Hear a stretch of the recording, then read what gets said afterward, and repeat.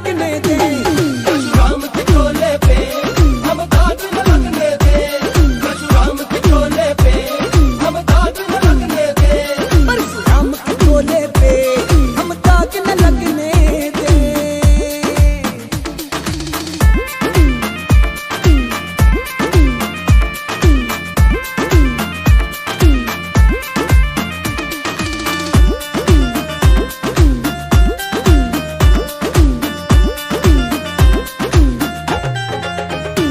परशुराम का हर शिष्य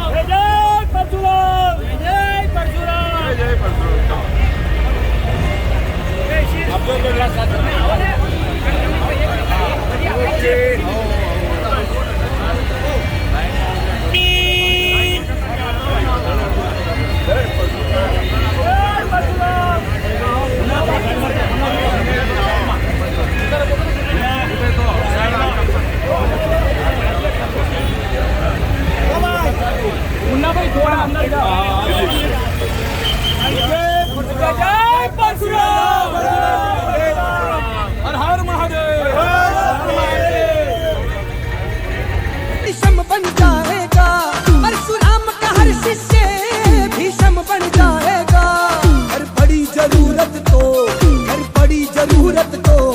हर साथ चल जाएगा घर पड़ी जरूरत तो हर साथ चल जाएगा घर पड़ी जरूरत तो हर साथ चल जाएगा घर पड़ी जरूरत तो हर साथ चल जाएगा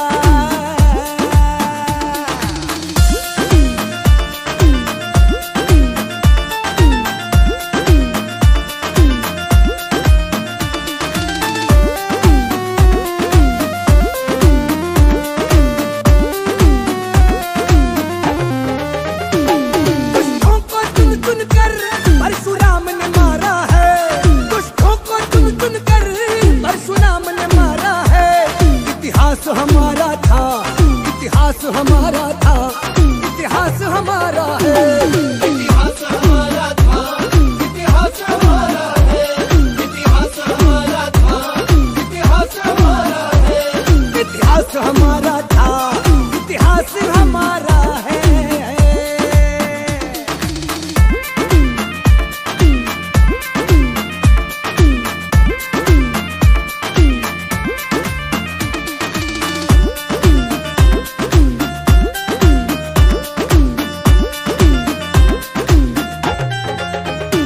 परशुराम के चरणों से ये मेहरा प्यार करे परशुराम के चरणों से ये मेहरा प्यार करे वीर गुप्ता राजमहल वीर गुप्ता राजमहल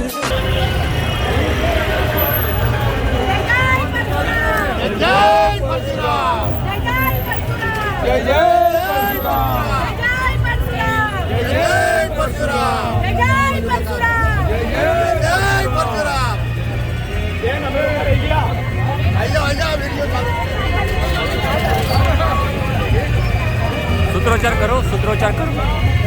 सूत्रोच्चार करो सारू लागશે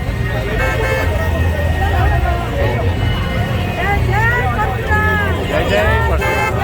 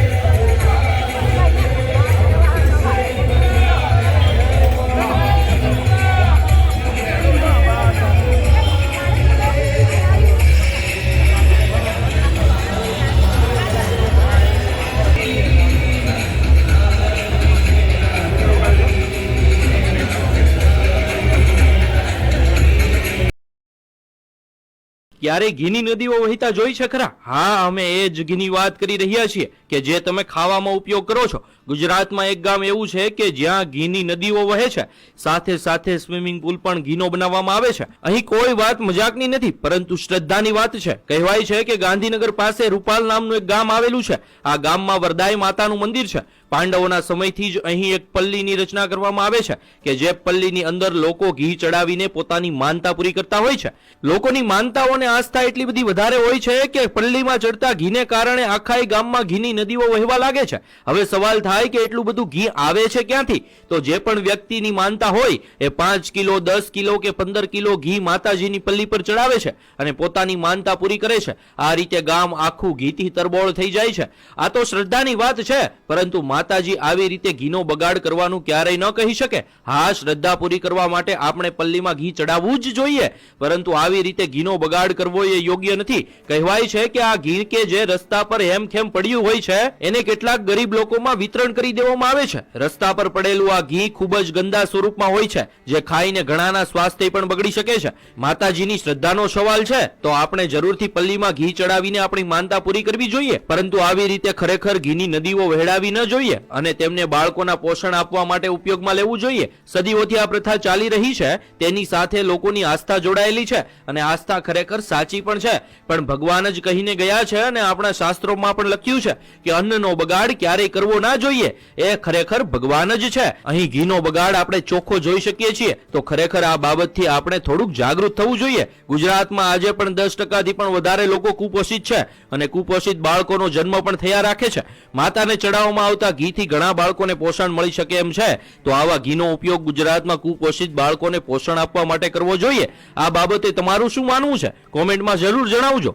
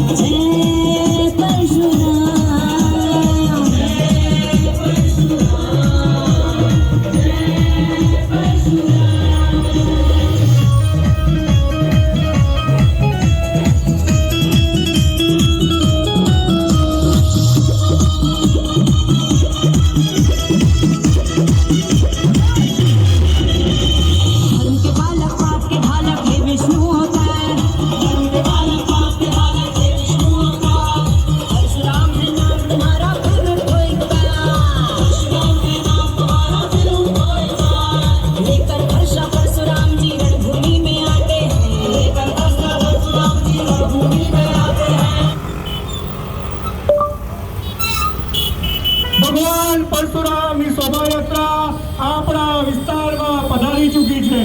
જય જય પરશુરામ, જય જય પરશુરામ, હર હર હર હર.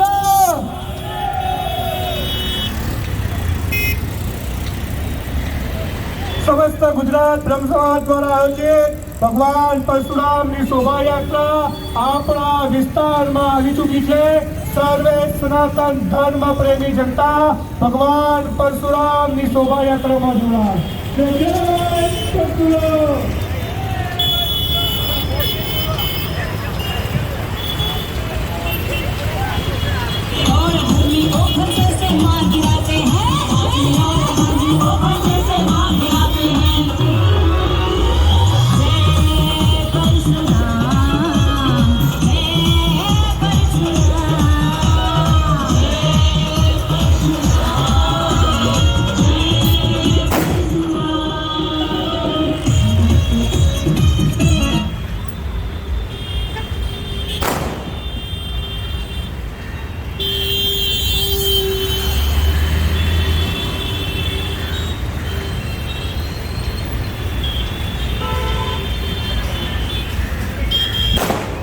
સમસ્ત ગુજરાત બ્રહ્મ સમાજ દ્વારા આયોજિત ભગવાન પરશુરામની શોભાયાત્રા આપણા વિસ્તારમાં આવી રહી છે.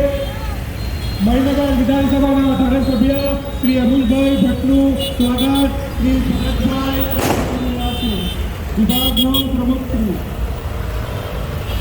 રાણીદેવીનું સ્વાગત ભરતભાઈ કરી રહ્યા છે. અરુણાબેન નાગર દ્વારા રાણીદેવીનું સ્વાગત કરવામાં આવી રહ્યું છે. જય જય પરશુરામ.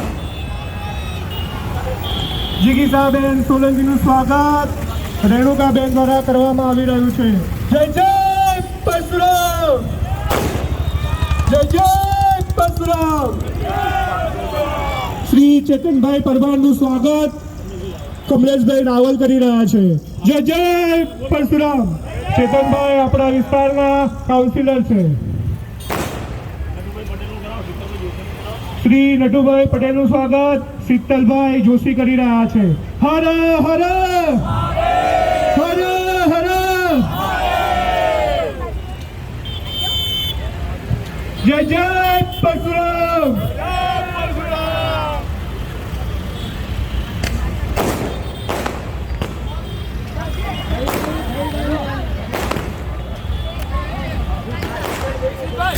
શીતલભાઈ જોશીનું સ્વાગત ભરતભાઈ ત્રિવેદી કરી રહ્યા છે. જય જય પરશુરામ.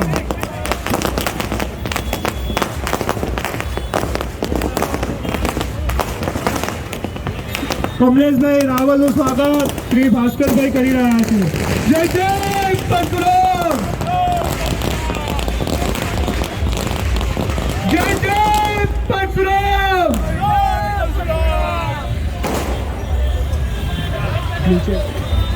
રાજેન્દ્રભાઈ વિચી સ્ટેજ પર આવશે. શ્રી રેણુકાબેનનું સ્વાગત અરુણાબેન નાગર કરી રહ્યા છે. અનિલભાઈ શુક્લા સ્ટેજ પર આવશે. અનિલભાઈનું સ્વાગત વિભાગ 9ના મહામંત્રી શ્રી જયંતભાઈ રાવલ દ્વારા કરવામાં આવી રહ્યું છે. અમદાવાદ શહેર પ્રમુખ રાજેન્દ્રભાઈનું સ્વાગત ભાસ્કરભાઈ શુક્લ દ્વારા કરવામાં આવ્યું. જય જય પરશુરામ. જય જય પરશુરામ. હર હર હર હર. જય જય પરશુરામ. જય જય પરશુરામ. હર હર હર હર હર. જય જય પરશુરામ. જય જય પરશુરામ.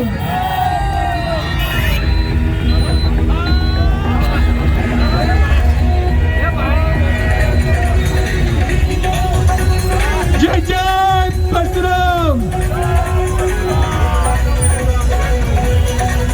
સ્વયંસેવકો પાણી અને અલ્પાની વ્યવસ્થામાં ઝડપથી પહોંચે. જય જય પરશુરામ.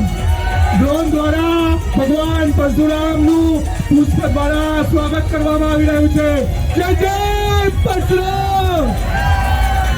ડ્રોન દ્વારા ભગવાન પરશુરામનું પુષ્પ દ્વારા સ્વાગત કરવામાં આવી રહ્યું છે. હર હર હર હર. જય જય પરશુરામ. જય જય પરશુરામ.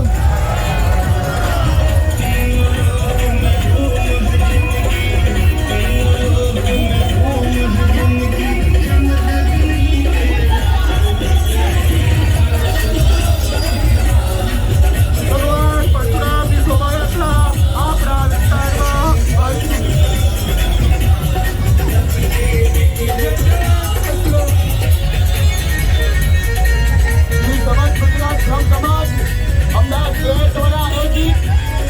શોભાયાત્રાનું સ્વાગત બદલ વિભાગ 9 જયંતભાઈ રાવલ, ભરતભાઈ ત્રિવેદી અને તેમની ટીમનો અમદાવાદ શહેર ખૂબ ખૂબ આભાર માને છે. આ સ્વાગત બદલ તેમનો ખૂબ ખૂબ આભાર. સમસ્ત ગુજરાત બ્રહ્મ સમાજ દ્વારા આયોજિત ભગવાન પરશુરામની શોભાયાત્રા આપણા વિસ્તારમાં આવી ચૂકી છે. જય જય પરશુરામ.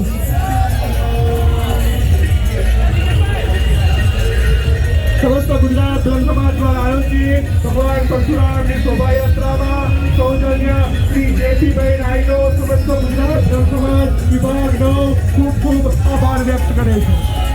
જય પરશુરામ, હર હર મહાદેવ. સમસ્ત ગુજરાત બ્રહ્મ સમાજ વિભાગ 9માં પરશુરામ શોભાયાત્રાના સ્વાગતમાં જીભીરાય પરિવાર તરફથી સૌજન્યમાં સર્વેનું સ્વાગત કરે છે.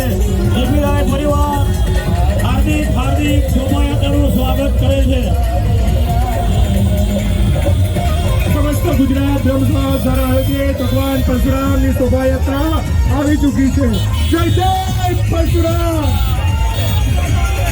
આ શોભાયાત્રામાં સૌજન્ય શ્રી જેપીભાઈ નાયનો સમસ્ત ગુજરાત બ્રહ્મ સમાજ વિભાગનો હાર્દિક અભિનંદન કરે છે. જય જય પરશુરામ. જય જય પરશુરામ. આપણા અવાજ થોડા આગળ લઈશું જેથી ટ્રાફિકની સમસ્યા ઓછી થાય.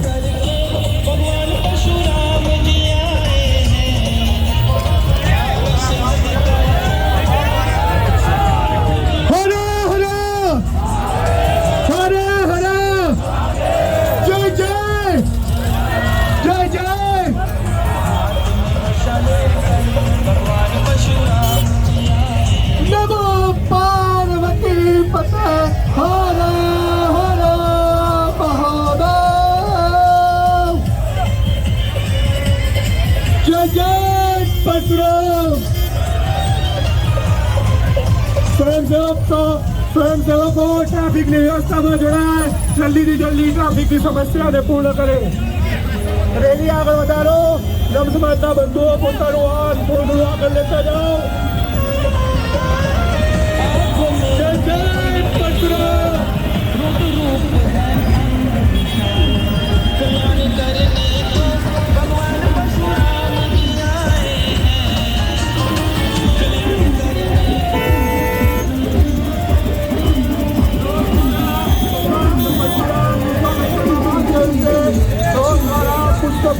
ભગવાન પરશુરામના રથનું સ્વાગત કરવામાં આવી રહ્યું છે. જય જય પરશુરામ. જય જય પરશુરામ. હર હર હર હર.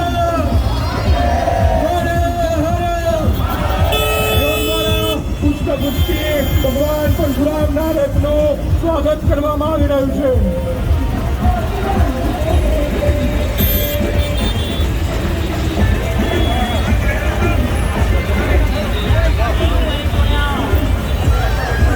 जय जय परशुराम. जय जय परशुराम.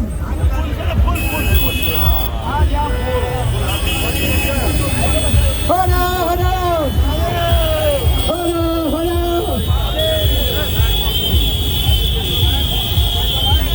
जय जय परशुराम. जय जय परशुराम. हर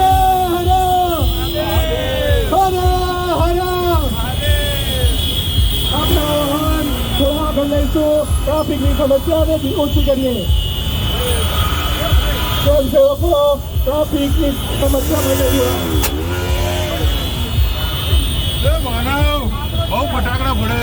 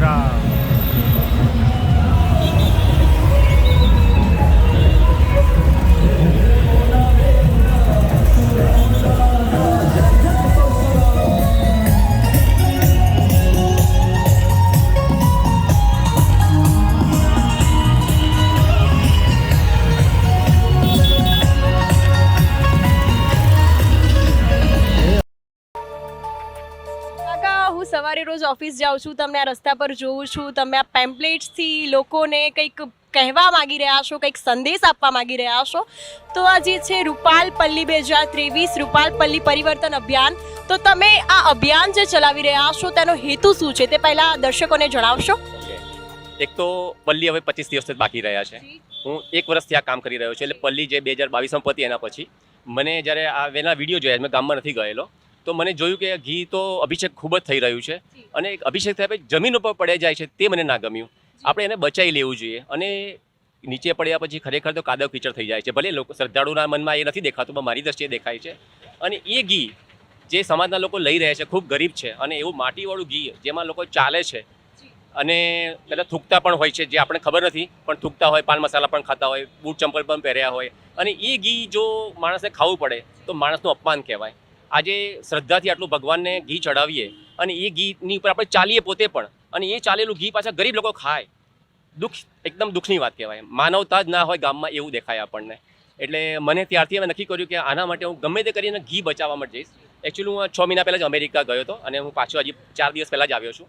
અને આવ્યા પછી બસ મેં આ કામ કર્યું છે, અને રોજે રોજ ક્યાંય ના ક્યાંય 4 રસ્તા ઉપર, બગીચામાં, ટ્રેનમાં, બસમાં બસ આ જ કામ કરું છું કે લોકોને મારો આ મેસેજ જાય. અને લોકો મને કંઈ પૂછે કે શા માટે આ તમે કરો છો, તો મારો હેતુ છે કે અમે અભિષેક કરવા પણ માગીએ છીએ. અભિષેક ખૂબ જ થાય, જેટલો થાય છે એના કરતાં ખૂબ વધારે મહિમા પણ વધે, પણ ઘી બચાવીને, ઘી બગાડીને નહીં, ઘી બચાવીને. અને એ પણ મારો સૂત્ર છે, એક ચમચીથી અભિષેક કરી શકાય.